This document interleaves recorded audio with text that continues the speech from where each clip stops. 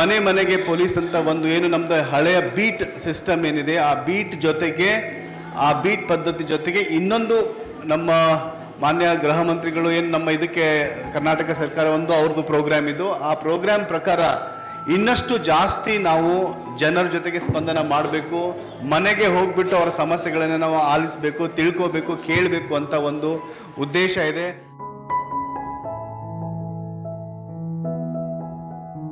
ತಾವೆಲ್ಲರೂ ದೀರ್ಘವಾಗಿ ಡೀಟೇಲ್ ಆಗಿ ಸಮಸ್ಯೆಗಳನ್ನು ಹೇಳಿದ್ದೀರಾ, ಪ್ರತಿಯೊಬ್ಬರು ಏನೇನು ಹೇಳಿದ್ದೀರಾ ಅದನ್ನು ನಾವು ನೋಟ್ ಮಾಡ್ಕೊಂಡಿದ್ದೀವಿ.